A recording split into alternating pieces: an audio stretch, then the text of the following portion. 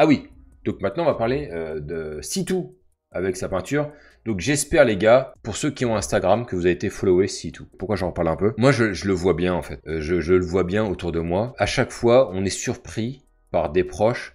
Comment ça se fait que j'ai rencontré telle ou telle personne? Je lui ai parlé. Là, je me suis pris en photo avec le gars. Dans ma ville, tout le monde va passer devant cette fresque. Personne va se faire qui a fait ça. Moi, le mec, je le vois. J'ai été lui parler et franchement, il était super cool. Donc donnez-lui de la force. Le mec, il est vraiment talentueux. Vous allez voir. J'ai été voir son Instagram. Franchement, regardez le mec, il est capable de faire, quoi. Regardez-moi ça. Si c'est pas le talent à l'état pur, quoi. Et je sais très bien que tout le monde serait passé à côté de lui. Personne ne lui aurait dit quoi que ce soit. Moi, j'ai été lui parler parce que en fait, j'ai passé tout ça. Et il y a plein de gens, eux, ils osent pas. J'ai peur de déranger. Bah, tu sais, comme les remarques qu'on a eu tout à l'heure. Ça se fait pas, ça, c'est pas le genre de truc, c'est pas un endroit pour ça.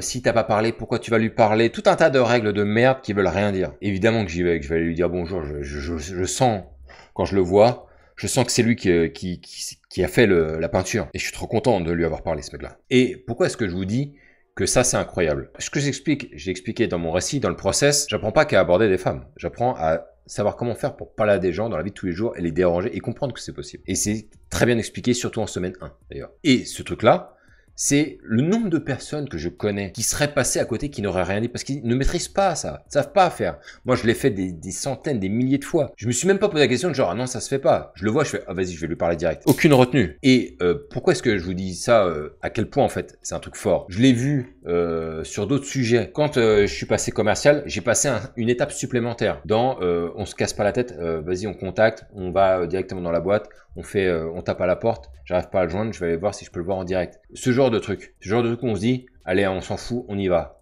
Et si ça passe, c'est bien. Si ça passe pas, on s'en va. On se casse, voilà. On n'aura pas agressé qui que ce soit.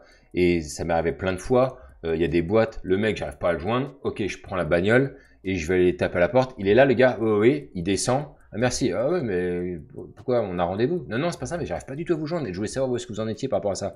Ah oui, non, en fait, on a changé d'avis. Très bien. Maintenant, l'affaire, elle est réglée. Ça m'a évité de te courir après pendant 3 mois. Voilà. Je vais vous donner un exemple. Parce que là, j'ai quitté la boîte où j'étais cette année. Et donc là, je suis en train de rechercher une autre boîte. Et à un moment donné, putain, je reçois une notification là. Je vois recherche commerciale à 5 minutes de chez moi. Je suis waouh. Faut que je passe absolument au-dessus de la pile. Donc, qu'est-ce que je fais? Ben, je m'habille tout de suite. Je me prépare et tout. Je me rase, je mets du gel, je mets la chemise. Je prends la bagnole, je vais direct, je prends mon CV et je vais là-bas. Oui, bonjour, oui, qu'est-ce qui se passe? Oui, j'ai vu que vous cherchiez des commerciaux et oui, tout à fait. Et je voulais savoir, voilà, si vous savez qui c'est qui s'en occupe. Ah bah oui, elle a été chercher à l'étage la meuf qui s'occupe du recrutement. Elle vient me voir, oui, c'est pourquoi? Bah voilà, je viens proposer ma candidature. Ah oui, ah bah c'est très apprécié. C'est rare de voir ça. J'ai vu l'annonce, je suis venu. Voilà, directement. Là, je traverse déjà des portes en faisant ça. Parce que la plupart des gens, et moi je l'ai fait aussi, hein, les gars, je reproche rien à personne. Je vous explique juste l'état d'esprit de mecs qui vont aller chercher des trucs, qui vont aller chercher le pain, qui vont aller pêcher eux-mêmes. C'est qu'à un moment donné, ok, j'envoie mon CV, j'envoie une lettre de motivation, on va me dire non, vous correspondez pas. Là, je me pointe, tu me vois en vrai, je t'explique mon parcours, etc. La personne me dit bon, bah, on se fait le rendez-vous tout de suite alors. Allez.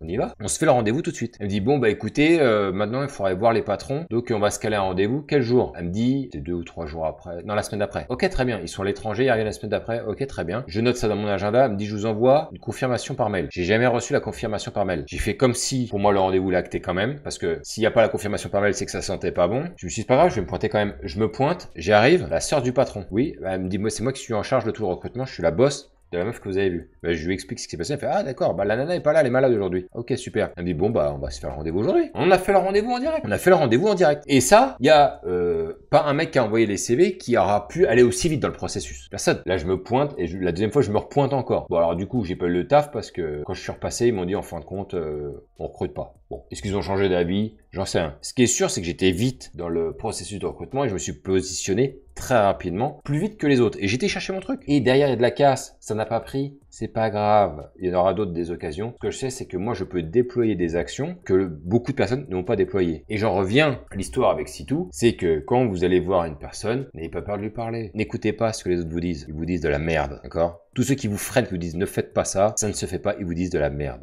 Faites ce que vous avez à faire et allez chercher ce que vous devez aller chercher. C'est tout. N'attendez pas que le poisson vous tombe dans la bouche. Allez chercher le poisson. Il y a des moments où je vais carrément plonger dans le lac pour aller me les choper à main nue, hein, les poiscailles. On en est là. Hein. Et c'est pas un problème. Une fois que tu as compris que tu es seul au monde, il y a personne qui va venir t'aider. Il y aura pas l'État, le gouvernement, le machin. Pôle emploi, quand il m'appelle, vous êtes encore en recherche d'emploi? Je fais ouais. Mais bon, je sais pas, je vois votre parcours là, j'ai l'impression que vous avez pas trop besoin de nous. Je fais non. Puis alors, je vais pas trop m'étaler sur les emplois que vous m'envoyez en plus. Il y a des emplois, c'est même des emplois où en fait tu te fais niquer par des boîtes quoi. Des trucs où il y a même pas de contrat à la clé. Et je les vois dans les annonces, je les connais en fait, ce genre de boîte là. En fait, on peut pas s'en sortir en fait avec ce que vous proposez. Votre truc, c'est un aide à retour à l'emploi, mais c'est l'enfer votre truc. Et j'ai vraiment pas besoin de vous. Ils m'ont dit non, mais pas de problème. Je vois bien que vous vous débrouillez, allez-y. Et donc je vais aller chasser moi-même mon taf. J'ai pas besoin de ces gens-là. J'ai mes contacts déjà. J'ai déjà repassé des entretiens. Ça va se décanter, c'est obligé, parce que je mets les choses en place. Et tout ça est corrélé avec ce que j'explique dans le fait d'aller rencontrer des femmes. Tu vas chercher une nana que t'as visée, tu la trouves jolie, t'y vas. T'as un taf, il t'intéresse, t'y vas. Même si c'est une grosse boîte, tu t'annonces, voilà, je sais pas, c'était pour voir la personne qui s'en occupe. Tu fais tes petites recherches avant,